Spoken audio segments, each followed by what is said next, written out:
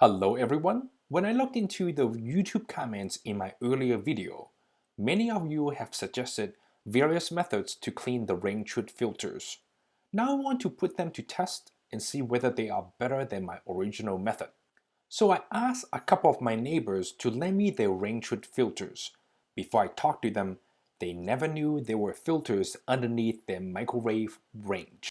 Now we have a couple filters that haven't been washed for 6 years now, and the other two haven't been washed for more than 2 years.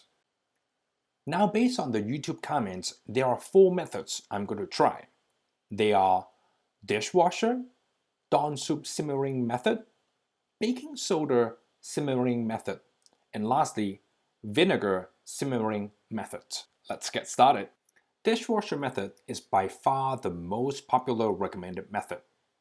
However, I do want to mention that not everyone has a dishwasher in their home.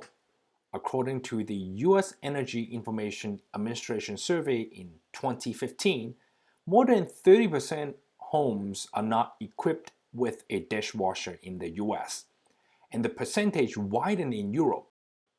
But I'm going to try it.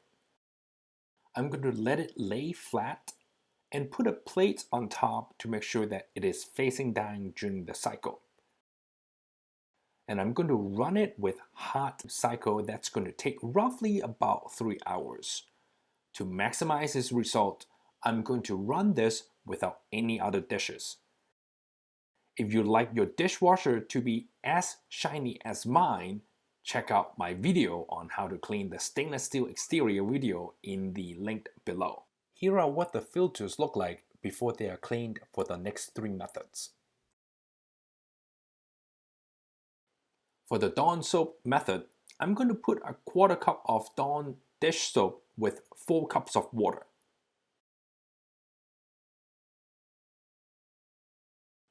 And for the baking soda method, I'm going to put 2 tablespoons of baking soda with 4 cups of water.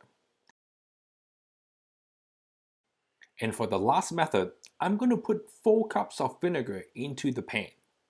I suggest turning on the rain chute to suck out the air if you have an external vent, or open windows if possible.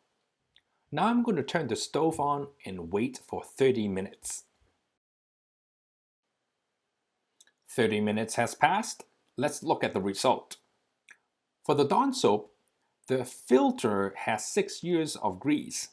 If I were to guess, I believe the Dawn soap method removed 60 to 70% of the grease. But there are still plenty of yellow and sticky grease. You can see right around here. Now for the sake of this experiment, I'm going to let it simmer in the Dawn soap bath with an extra 1/4 cup of Dawn soap and more water for an additional 15 minutes. Let's look at the result of the baking soda method. This filter had 2 years of grease on it, and to my surprise, baking soda has removed some of the sticky grease of it. It doesn't completely remove the grease, but it seems to have some kind of result.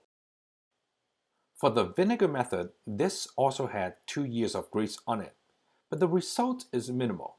It did not do much. The filter is still sticky compared to the one with baking soda. Some grease did come off, but it really didn't have much of an impact.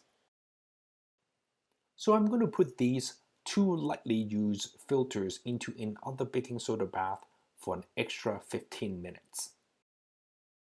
Let's check out the Dawn soap method again. As of now, the filter has been in the bath for 45 minutes, and it still has grease in it. So additional time and additional Dawn soap do not seem to have an effect on removing the grease.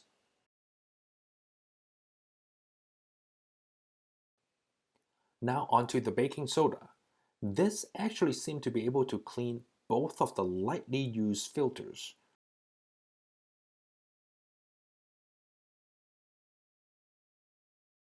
And it is interesting that there are these gray kinetic sand-like substance at the bottom of the pot. These kinetic sand-like substance are not sticky, just a bit slimy. And the water has no grease on it. I think somehow the baking soda is able to bond with the grease This is very interesting. Now I want to see whether the baking soda can remove the grease from the one that was soaked in the Dawn method. And the result was that the baking soda can remove more grease from the Dawn one, but it did not remove everything. I think Dawn and baking soda could be a tie in terms of removing grease. Let's check out the filter with the dishwasher method after about 3 hours. So the dishwasher has cleaned, I would say, 60 to 70% of the grease out, but the dishwasher did smell pretty greasy. I'm looking at the time. It is midnight. I've spent more than 2 hours on these filters now, and I need to return these filters back to my neighbors tomorrow. So based on the result, I'm going to use my original method to finish cleaning these filters. The whole house right now smells like I've been operating a greasy restaurant in my kitchen. I'm lucky that my wife is asleep. Yesterday evening, I tested 4 different methods to clean the rain chute filter without scrubbings, and these are the results. This filter was in the Dawn soap bath and also in the baking soda bath. It wasn't thoroughly cleaned, so I also need to finish it off with the dishwashing machine detergent simmering method. This filter was in the dishwasher for more than 3 hours and wasn't thoroughly cleaned, so I finished it off with the dishwashing machine detergent simmering method. This filter was bathed in the baking soda for more than 45 minutes. This was thoroughly cleaned. And this filter was first bathed in vinegar. Wasn't cleaned at all. And I finished it off with the baking soda bath.